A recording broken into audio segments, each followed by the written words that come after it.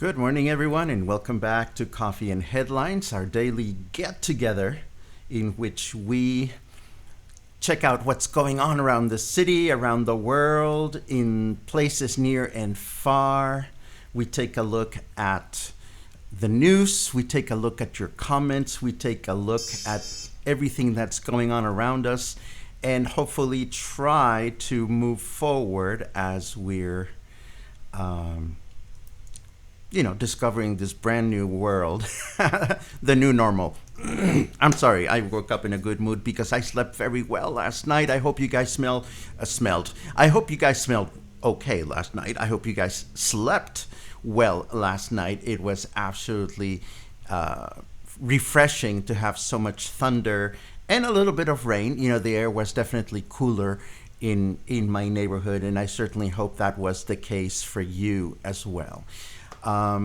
If you're new to these broadcasts, my name is Paco, and we welcome your comments and suggestions.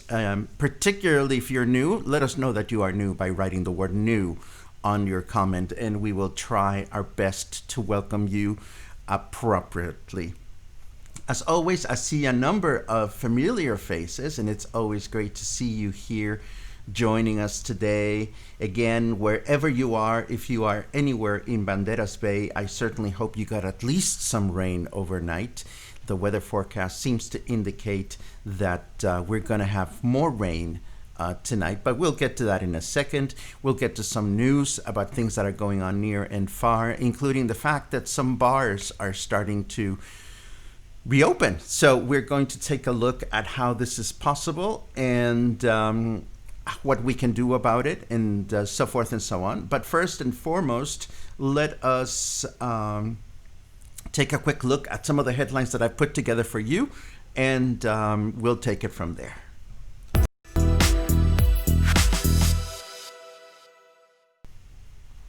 Okay, so now that we have hurricane season and we have COVID-19 and we've had an earthquake in Mexico, and of course we are all struggling with our economy and our well-being and our peace of mind, not knowing whether to go out on the street or not, there is a cloud of dust.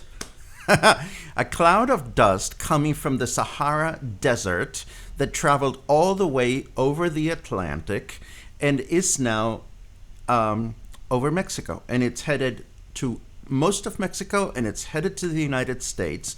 And we learned from our favorite disease czar, Hugo López, that this cloud of dust could have severe consequences on anyone with a respiratory disease.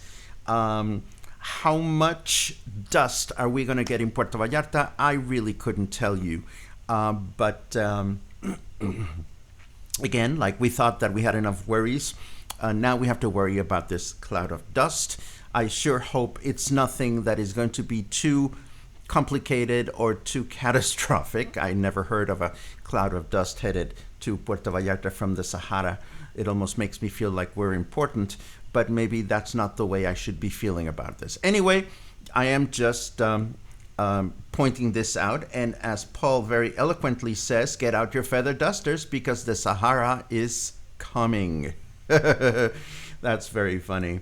Please know that Puerto Vallarta is working with O Marketing, a local marketing company, investing 12 million pesos to create two campaigns to promote Puerto Vallarta. One of them is focusing on specifically bringing tourists, and the other one is focusing specifically on raising awareness of the pandemic and whatnot. To that effect, I did not include a bunch of newspaper articles that were published this morning that talk about the guidelines for the beach, because we covered those yesterday. Essentially, but 3 or 4 local newspapers replicated the guidelines that were set forth by the municipal government in their own language and so forth and so on. So it is good to know that local newspapers are responsibly disseminating this information. Let us all just hope that people that go to the beach will pay attention to what's going on. This is an interesting piece of news.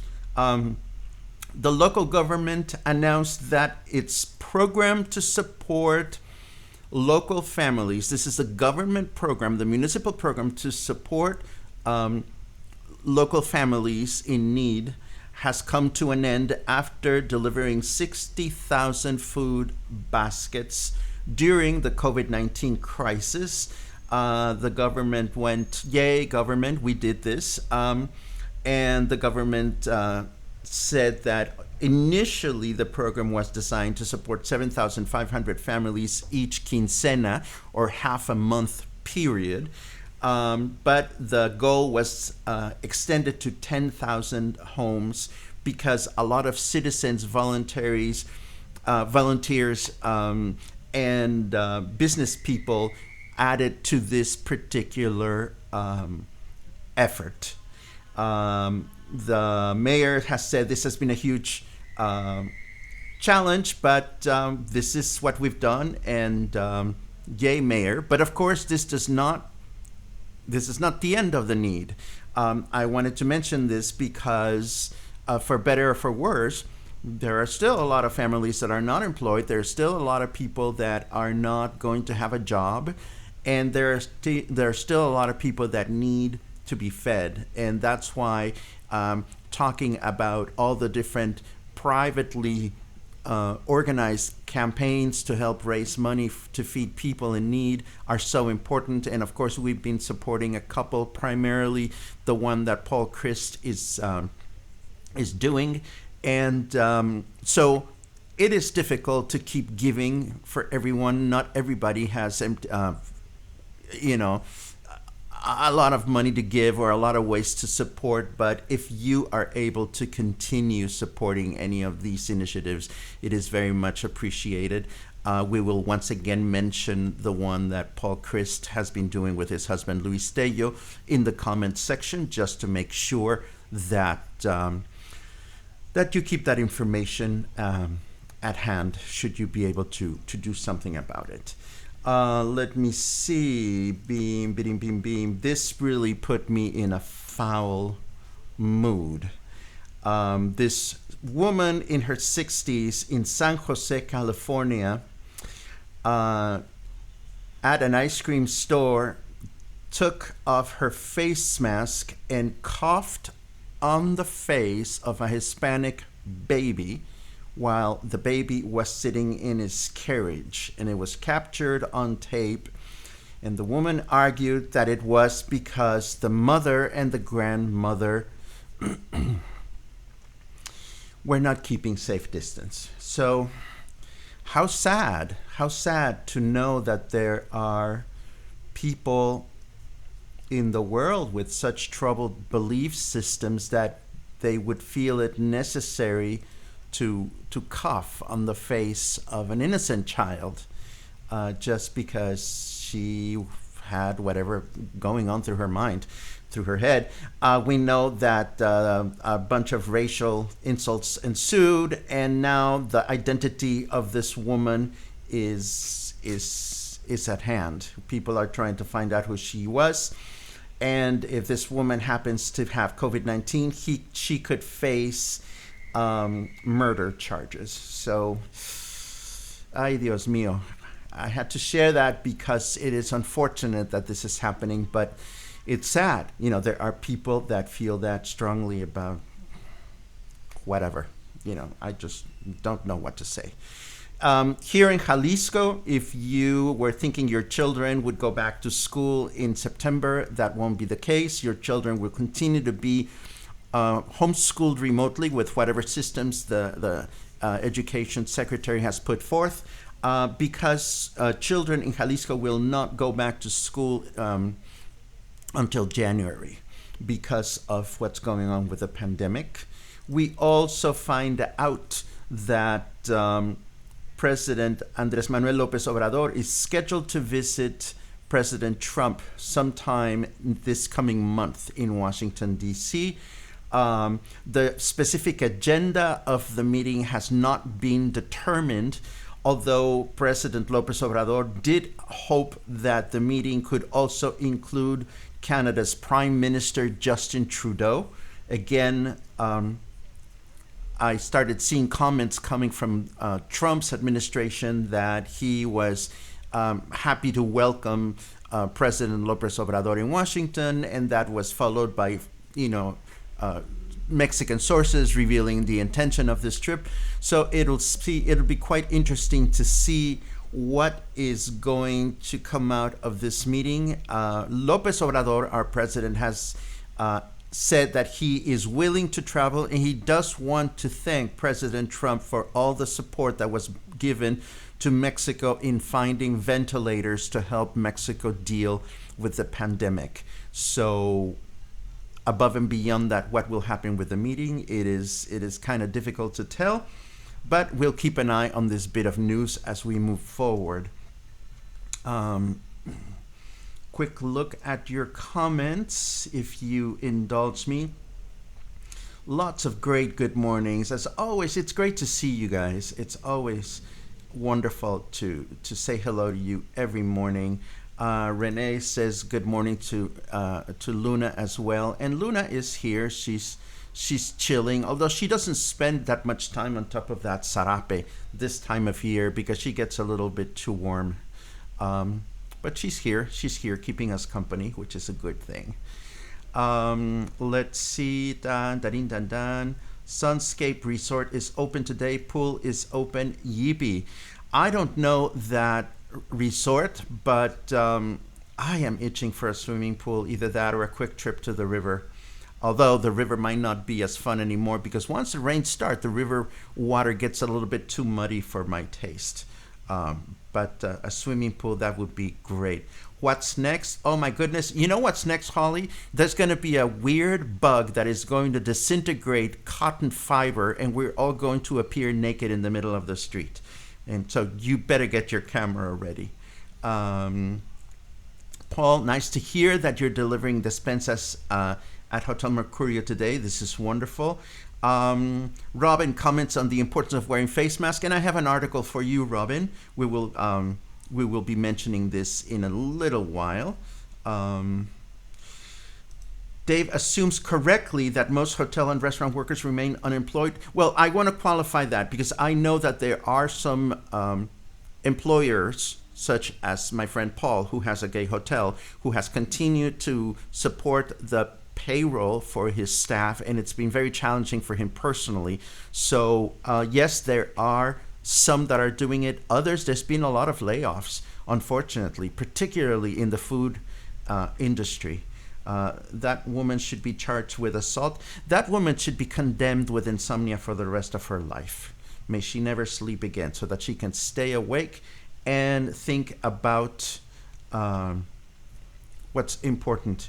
I thought your broadcast was meant to be fluffy topics only. No, we do a little bit of everything, Clay. And what we try to do here is to get thinking more than anything else. And sometimes it's easy to get thinking with fluffy stuff, and it's also easy to get thinking with other stuff. But I certainly hope you enjoy thinking.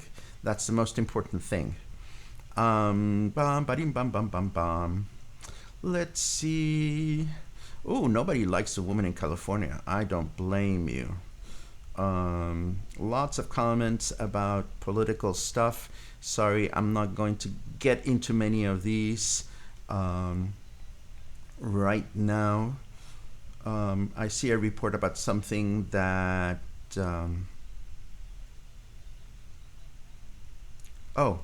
Sharon says that she saw a report from the Tribuna that says the report of the January back to school is false. They will start in August. Okay, well, I'm just reading it like I'm seeing it.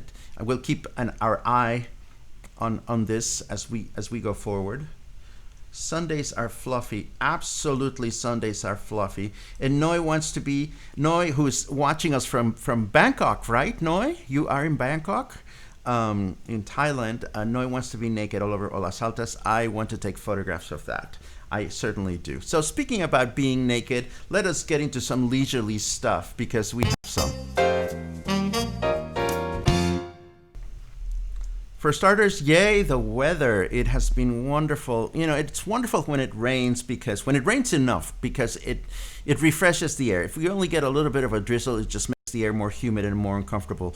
Right now, it's 80 degrees, feels like 85. It's 26 Celsius. The humidity is high up in the it's 81%, and I suspect it's going to stay like that all day. Later on today, after 7 o'clock, we expect some precipitation, and hopefully the precipitation will continue through the night.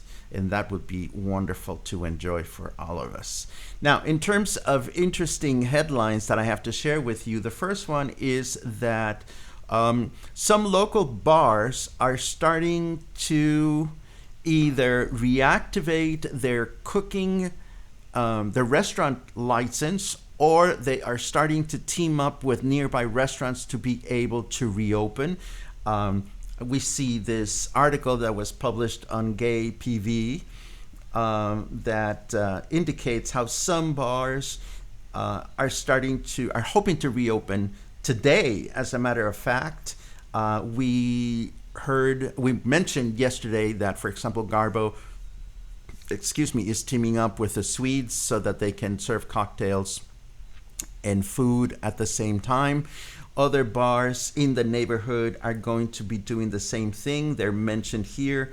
Mr. Flamingo, La Noche, La Margarita, CC Slaughters, and some food menus are mentioned. Apaches is also, I know that Gayoff has been talking about this. So it'll be interesting to see just how we feel about this. And I don't know how you feel about this, but I'm going to try something new that I haven't tried before. I'm going to try to throw in a poll on the broadcast. Let me see if that works. I've never done this before, because according to me, I just started a poll, which you should be able to see on your screens. I don't even know if you're seeing a poll on your screens. The question is, are you likely to go to a bar to enjoy a cocktail in the near future? And I suppose you have seen that on your screen because there are some answers coming up. See, I cannot see that on my screen, so I have no idea how these polls behave. So I certainly hope it's the kind of thing in which you get to vote and the square disappears so that you can continue watching the show. Again, I am trying this new feature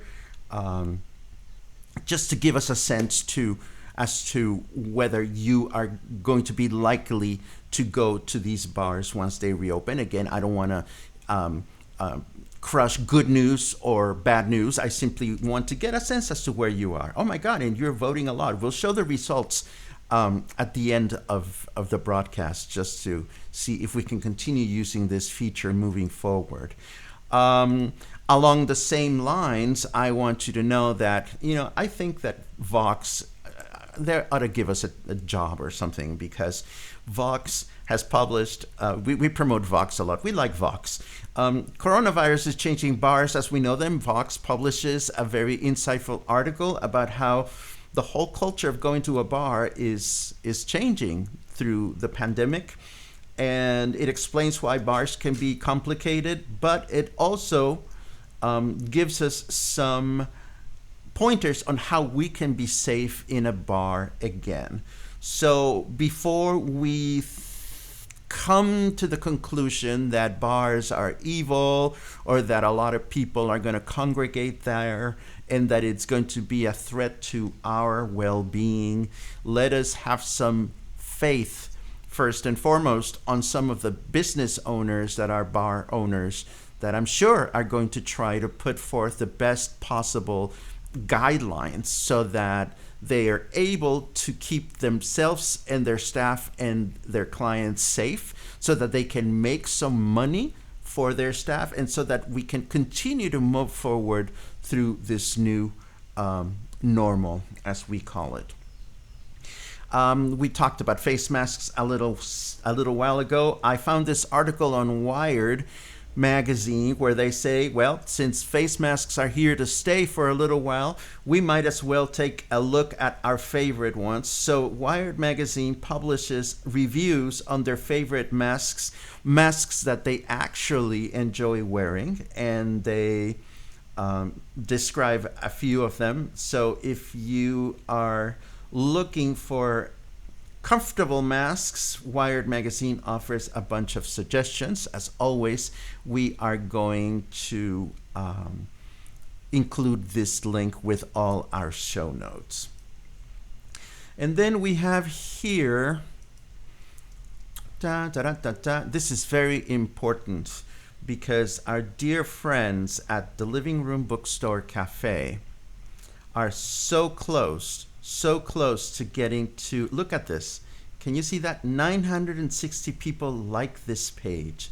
So don't do that now because right now you're watching this broadcast. But once you're done, go to the Living Room Bookstore and Cafe. I'm going to give you the link and like the page because they are so close to 1,000. And I know that they want to reach 1,000 today. Why not? If we can help the Living Room Bookstore and Cafe reach 1,000 likes to their page, why wouldn't we want to help them? And that's just my little wish for you guys. Let us help the bookstore. I think I am about to sneeze, maybe not. If I sneeze, I will mute my microphone, I promise. Oh, it's going away. Hold on. Oh, that was almost as good as sex.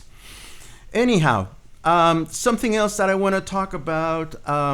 Once again, I found myself lying in bed last night enjoying the thunder and the lightning, and YouTube was kind to me. YouTube sent me 3 very interesting videos that I want to share with you. 2 of them are thought-provoking. 1 of them is funny. Let me start with the funny. This must have happened when Downton Abbey, the movie, was being premiered here in the United States. Stephen Colbert welcomed 3 members of the cast and made them read lines from the show with American accents. So this was absolutely funny. The video is only 2 minutes and 25 seconds long, but if you're looking for a quick and dirty laugh, I recommend you watch this. The second video that I saw that I think is interesting is this video from Wall Street Journal on how Airbnb fell from successful startup to crisis mode in no time at all this year. And this is a very interesting explanatory video that shows the circumstances that have taken Airbnb to a point in which they were about to go public in terms of their stocks, and they were not able to do that, and it is unlikely that they will be able to do that for several quarters because things are just looking fairly grim for them. We know locally that Airbnb continues to be a very popular source of income for some condo owners. We also hear through the grapevine about people that are daring the system by saying, well, we cannot go to bars, we're going to throw our own Airbnb parties at our condo, and we know that this kind of behavior is happening, and let us just hope that if people are throwing parties at their own condos, that this will not turn into a situation that will either create an unfortunate event or the unnecessary spread of the virus. And last but not least, I found this thought-provoking video of the Frankfurt Radio Symphony Orchestra performing in this theater of their version, or well, not their version. They were performing Mozart's Little Night Music, Eine kleine Nachtmusik, which has a fancy schmancy title, but I know that you know it because the 4 first bars of this piece of music are as famous as Beethoven's first 2 bars from his 5th symphony. The first 4 bars from Mozart is dun dun dun dun dun dun dun dun dun. Well, that was just 2 bars, but I'm sure you've heard the music. This is beautiful music, but I am sure that historians will come back and look at these videos where the orchestras were performing on an empty stage. And this is a chamber work of music, an intimate work of music, and that's why it's called Eine kleine, a little night music. And look at how distant all the musicians are sitting from one another. Of course, this was broadcast live to the internet. And if you don't know this piece of music, it is one of the most underrated / overrated works by Mozart.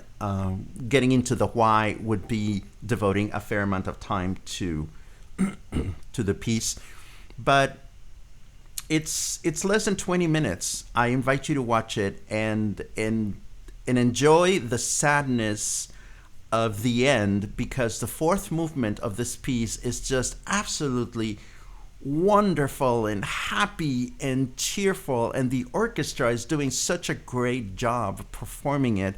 And then they get to the end, and the conductor does, her final, gesture to stop the music, and there's nobody there to clap.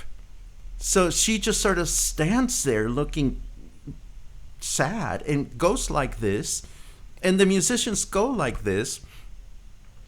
And it is sad. It is sad. So for those of us that have enjoyed the pleasure of live orchestral music in concert halls, these things are difficult to watch. But this is the time in which we're living. And so if you want to watch this, I encourage you to watch it and think about those wonderful times that you've had the opportunity to enjoy great concerts live. We may hopefully come back to those times at some point. We don't know when, but hopefully we can look forward to more live music in the future, in circumstances in which we can all come together and add to the energy of enjoying it.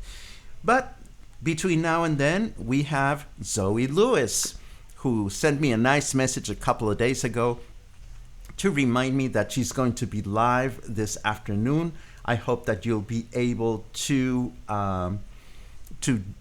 catch her today. She always has different folks as guests. So I think she mentioned that she was going to have a special singer called Kia Crystal. I am not familiar with her, but I'm definitely going to try to catch Zoe this afternoon. I hope you will as well.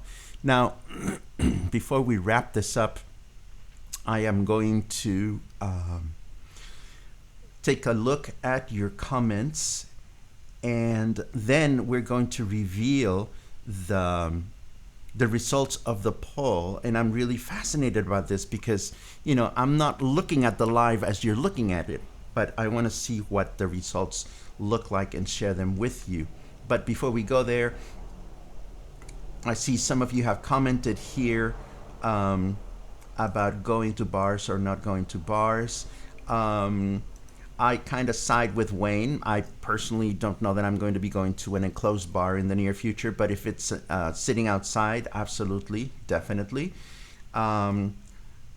Cynthia, que gusto saludarte. My friend Cynthia, Cynthia was the graphic designer of the Tribune and the Tribuna newspaper for decades, for many, many years. And I had the pleasure of working with her during the few weeks this past summer that I had the opportunity to be the interim editor of the weekly. And it's always nice to see her. And yes, Jeff, this is absolutely terrifying. And unfortunately, it's not only happening to Airbnb, it's happening to the dreams of many people, the dreams of many people who started a business and now will not be able to open it. We know that many businesses will simply not be able to open, and people are going to find other ways to repurpose themselves and find other ways to make a living. And we're all going to try to move forward through that as much as possible. Ooh, there's a lot of support for Zoe Lewis. This is wonderful. She's one of my favorite people. And Ellen comments about Lincoln Center. Yes, Lincoln Center has pretty much closed up all the live performances they had scheduled for the remainder of the year. So I'm going to hit this button that says show results in video, and I'm going to hope that you can see those results at some point. Well, I sure hope that you'll be able to see them. But the results that I'm looking at are that 40% of you are likely to go to a bar to enjoy a cocktail in the near future, whereas 60% of you are not. And that's the nature of the beast right now. I certainly hope that, I certainly trust that bar owners are going to be taking all the necessary precautions as they move forward, bar owners and any kind of business for that matter. But at the same time, I certainly hope that those of us that cater to these businesses will be both supportive of them, but also vigilant of them. As we've been mentioning here a couple of times, it's very easy to say, well, so-and-so did not have a face mask, or such and such shop did not follow guidelines. That's nice conversation, but it's not enough. We really need to consider acting on those comments and really reporting people or enlightening businesses that they're making people customers uncomfortable when they walk into a business. I definitely mention it. If I go to a shop where I see something that is a little wonky, I will mention it, and I certainly hope that you feel comfortable enough to do that yourselves. I see a big new fan. Thank you, Mark Peters. Thank you very much for joining us wherever you are. I hope you're safe. I hope you're healthy, and I certainly hope you will come to Puerto Vallarta when it feels right for you. And with that note, I think this is a good stopping point. I certainly hope that you've had a good time this morning, as always. I always say this, but I'm going to say it again. If you found this program fun, useful, important, interesting, feel free to buy Luna a coffee. It's really not for me. It's all for Luna. And if you are a regular viewer and you would like to consider becoming a member at buymeacoffee.com is easy. It's not expensive, and it certainly helps us continue producing wonderful content. As I mentioned, now that we have over 50 members, yay! I'm starting to produce a monthly special thank you for members only, and the one for this month is almost ready, and I'll be announcing it very shortly. Of course, if you are already a member, you'll be able to receive this special gift. If you're not, you will not. But hopefully you will consider becoming a member of this broadcast and the website. As always, I thank you for your comments. I thank you for joining me. I thank you for your questions. I try to answer as much as I can and as many as I can. Sometimes it's not easy to answer all your questions because they go beyond the scope of what we're talking about. But I see a couple of questions just at the very last minute that are important. Dave asks, what is the face mask policy at bars? Not mandatory while seated. I would love to hear some comment about that from some of the bar owners. I know that Geoff is here, and Geoff would have to let us know how they're going to handle that. Needless to say, if you're trying to drink something while you're wearing a face mask, that's not going to be easy. But it'll be curious to see how bars are trying to keep it fun and trying to keep it healthy. And we are all going to try to continue moving in that direction together. Somebody has just said here, Karen says the broadcast has become part of her daily routine. Karen, it has become my daily routine as well. It is a pleasure being here. It is a pleasure looking for interesting information to share. And I look forward to times in which COVID-19 is not so much front and center of everything that we talk about. And as we're able to open ourselves to our new lives, we can continue to enjoy and explore Puerto Vallarta and the whole Banderas Bay as we have in the past, because that's where I derive most of my pleasure. In the meantime, let us just try to continue to stay healthy and stay happy, stay productive, but most importantly, let us continue trying to stay in touch. I hope you have a great Thursday. Tomorrow is Friday, and I'm already working on Sunday Fun Day. There's going to be some interesting stuff coming up, so I hope you'll join us. In the meantime, have a great one, and I will see you again soon.